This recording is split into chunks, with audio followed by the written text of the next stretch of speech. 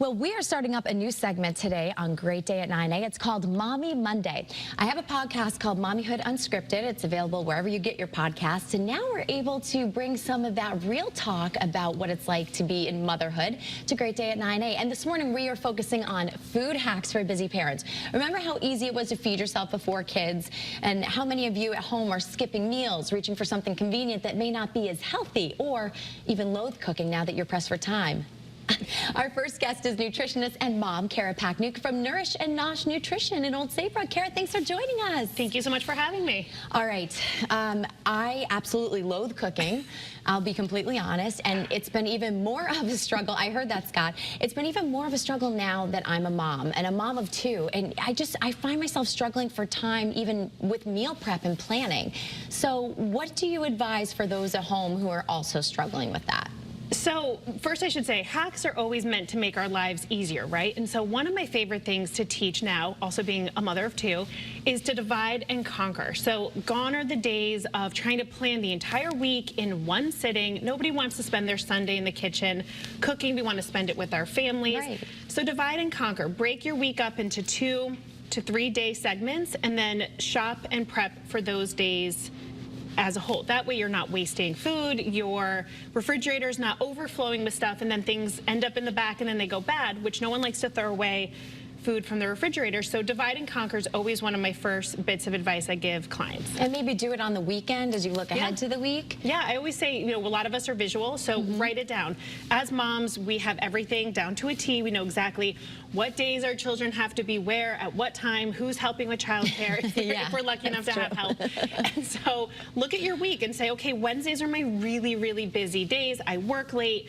How about that's not going to be the night I start a brand new recipe? Right. Maybe that's a leftover night, or as I usually say, a freezer to belly in under 20-minute meal. You know, something like cooking up chicken sausage with roasted vegetables, throw it in a pan, cook it all together, and you have dinner, you know, in 20-25 minutes. Right, and just taking those 20 minutes, like you mentioned, just to sit down and really see what you have in your freezer, what you have in your fridge, because you can get so overwhelmed by it, and especially when it comes to feeding your little ones too. Yes. And if they don't like some of the options, is there a way around not making 2 different meals?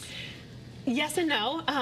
In an ideal world, our children would eat everything that we prepared, but sometimes, you know, certainly in my house, if we cook something really spicy, my daughter's not going to want to eat it. And so one of the bits of advice I give busy parents, or all my clients in general actually, is to streamline systems in your kitchen. So I have certain areas of my fridge where I can have proteins that I know she's going to love.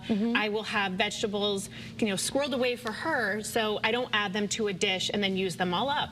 And if I'm prepping my dinner, I'll keep a plate out where I'll pull from a meal to put on her plate. So maybe it's a raw vegetable, like a raw pepper, as opposed to a pepper that I'm sauteing, you know, with onions. Oh, that's a great idea. I mean, we're all guilty of squirreling away some, you know, usually sweets, right? Parents love squirreling away the cookies and stuff. But no, that's a great idea, because then that way you know where their food is, but yet you're not necessarily creating an entire meal for them. And what happens if everything falls apart? Because let's be honest, it happens almost every week. So I would say always be kind to yourself. We're parents, we're busy, we put this pressure on ourselves to make these perfect meals, and sometimes that's not going to happen. Well, and Instagram and social media also paints a very unrealistic picture. Totally unrealistic picture. So I usually say, keep some things in your freezer. The freezer is your friend. There's nothing wrong with frozen vegetables, there's nothing wrong with frozen proteins. And you can build a meal quite quickly with that. And when in doubt, our takeout options, you know, certainly after COVID, every restaurant is up to their game, so getting delivery is not the end of the world. At the end of the day, we need to make sure that we are feeding ourselves, that we are reaching more towards whole food. So I'd much rather pick a takeout option as opposed to a frozen dinner or something like that that's packed with preservatives and is ultra processed. Right. No, that's good advice. And you know what? You have to treat yourself too. Yes. That's important. That's all part of self-care. So thank you so much, Kara Pachniuk from Nourish and Nosh Nutrition. And of course, you can join in on the conversation. We have the podcast up on Apple Podcasts, Spotify, and wherever else you listen to your podcast. We go even more in depth on this topic. So check it out. Scott?